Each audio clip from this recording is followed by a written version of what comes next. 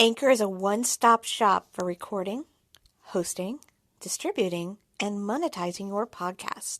And best of all, it's 100% free. And it's 100% ridiculously easy to use. We find it really convenient for Night Moves Radio and our Cloverleaf Radio network. We record when it's best for us, and best of all, we can record on the go or at home. With this easy app, it makes doing our show so much fun and very easy. Anyone wanting to start a podcast? I suggest using Anchor. Perhaps it'd be a great starting point for you. Blog Talk Radio. Good evening. This is your good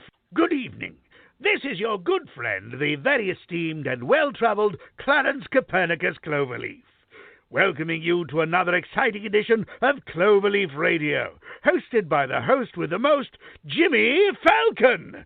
You can always feel free to call in at 602-753-1883 to ask a question to the host or any of his well-established guests.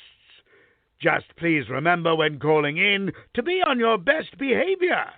This is a G-rated show, you know. Hey, that was a wicked rhyme. Anywho, just be sure to be kind and courteous. Now, on to the main event.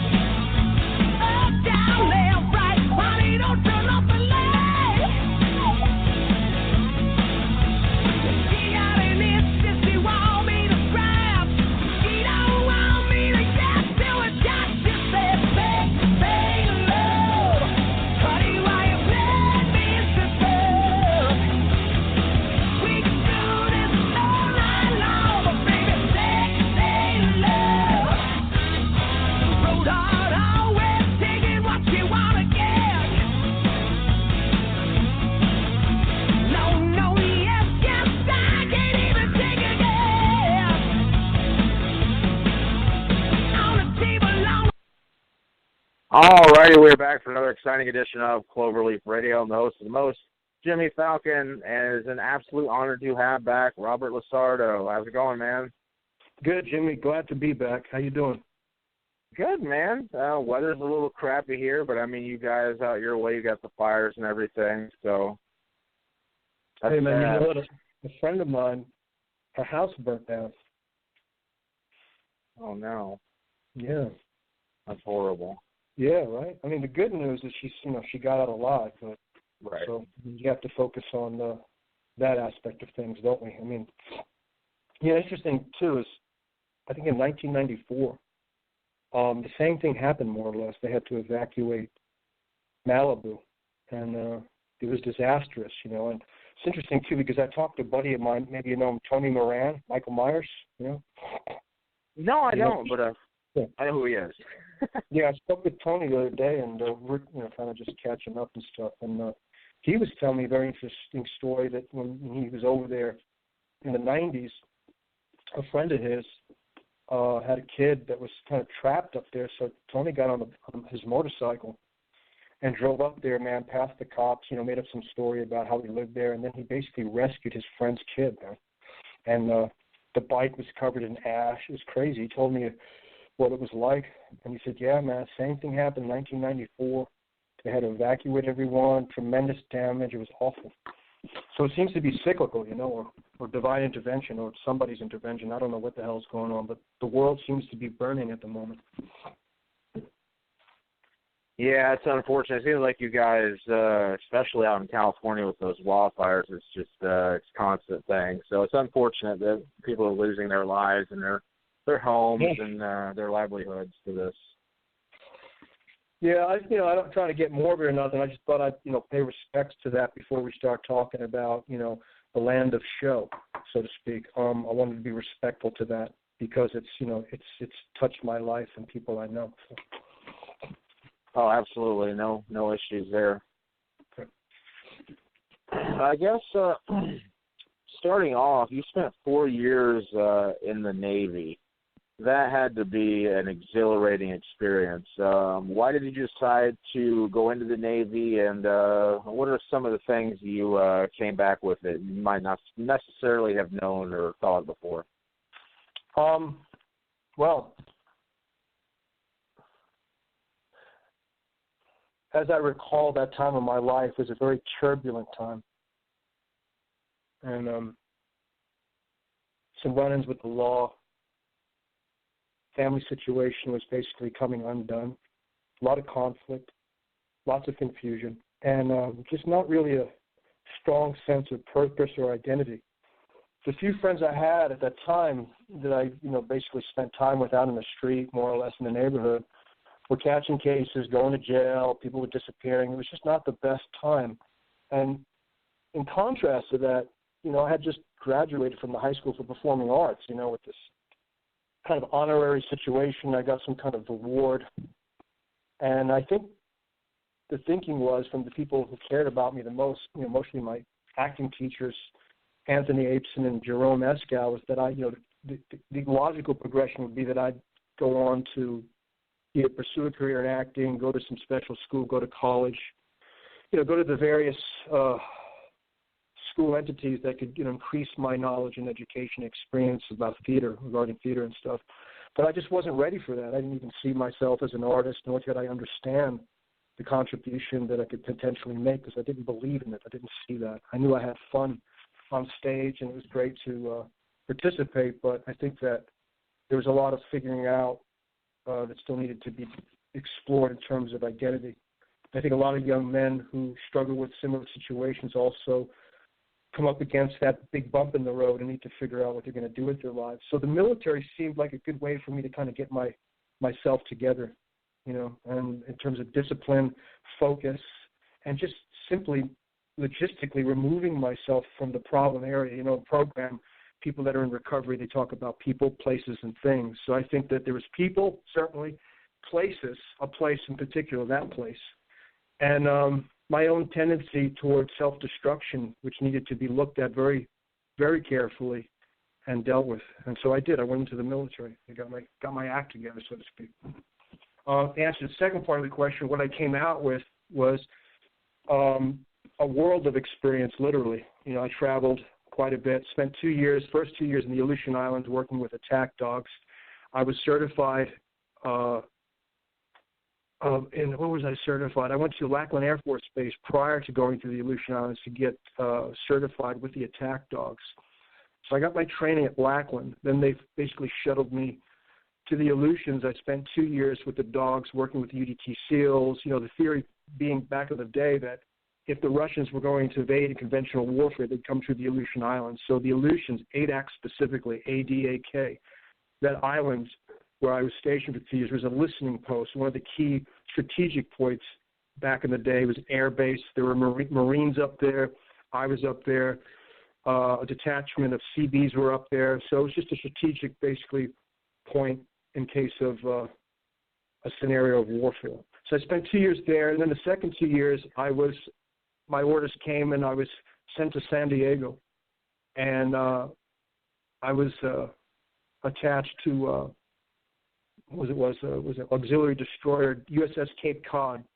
I spent 2 years on board ship. I did a South Pacific cruise in 1983. Went all over the world. Basically, like crossed the equator. Went to Africa, Middle East, Saudi Arabia, Philippines, all over Asia, Australia. I can't even remember half the places I went to. And that's what I think when I started exploring various spots in ports that we landed in, as far as experimenting with tattoos and tattoo shops and various artists along that journey. So it was kind of cool to start collecting souvenirs, literally, and searing them into my skin, as a kind of a map of where we'd been, what I've seen and what I'd come back with. So I came back with kind of a world experience, traveling around the world, getting off the ship, looking around, going, wow, I'm in Australia, wow, I'm in Africa, wow, I'm in Fiji, wow, all this wow.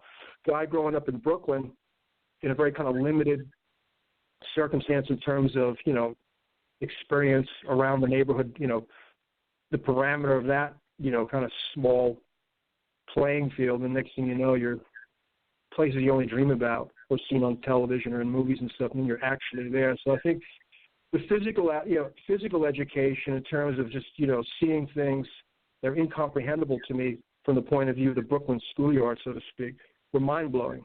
And then, meeting various tattoo artists overseas, meeting people, having experiences, getting rip-roared drunk, too, with my fellow shipmates was also a lot of fun.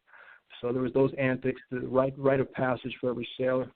They came back with a lot of that stuff, and literally the markings, like every good sailor, of many, many tattoos from various ports, and also an education, handling the dogs, and an honorable discharge, which I'm very proud of.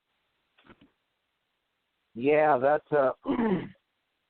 that's very cool. It's nice that you found something to go do to help yourself become a better person and a better man, and just to try to let go of certain aspects of your life that you didn't want to be involved with anymore.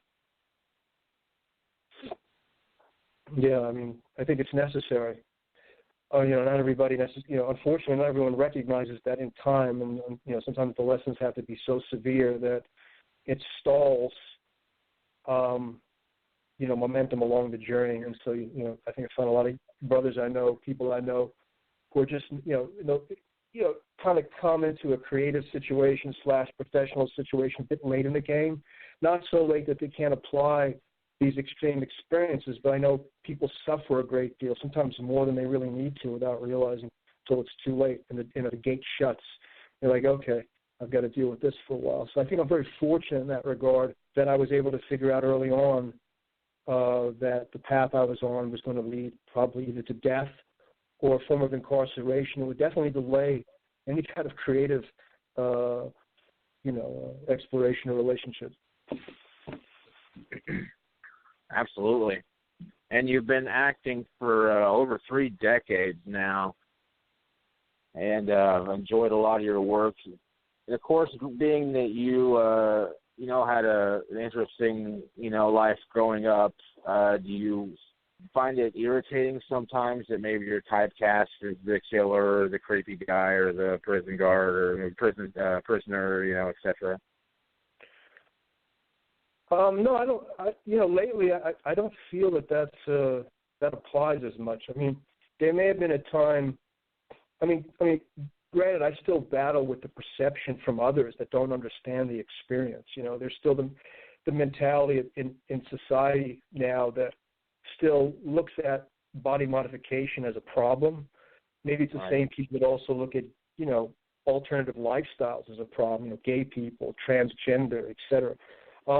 I think the art form in terms of tattoo and artistry has progressed to such degree now that I think anyone who looks at it other than that at this point is a little bit behind the times and living kind of in isolation on the moon somewhere, man, because it just doesn't seem to be what's happening. I travel a lot. I go to tattoo conventions. I go to horror conventions. I meet people, and I learn through my experiences and relationships with younger people that are experimenting with this and exploring it from the creative end. So I'm fascinated and really excited that the evolution of that experience has grown so much. Does Hollywood embrace it? Yeah. Does Hollywood understand completely the intricacies or the insight of it? And not necessarily. So I think I do sometimes find myself frustrated that there's still a little bit of a lag with that, but it's a lot better than it was. And in terms of my own experience professionally and creatively, I've been finding lately there's been some experiences that have been pretty significant as far as character development and the kind of stories and scripts that have been presented to me.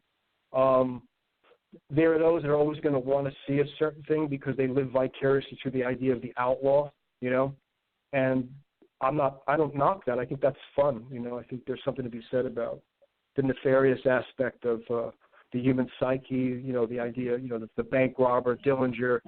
People romanticize this aspect of outlaw that they can't necessarily manifest